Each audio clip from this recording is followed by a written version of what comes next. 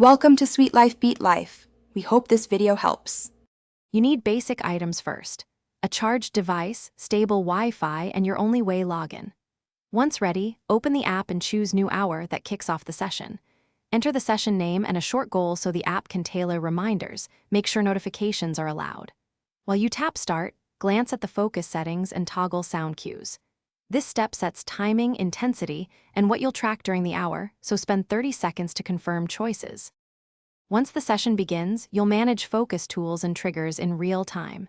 Use Pomodoro mode if you prefer breaks, or continuous 60-minute for deep work. Pick whichever suits the task. If interruptions appear, open the filters and whitelist only essential apps. This prevents accidental exits. Watch the progress bar to pace yourself and add short micro-tasks for breaks. This helps momentum. If you need to pause, choose the built-in pause so the timer and logs remain accurate. When your hour completes, stop the timer and review the summary to see productive minutes and distraction types.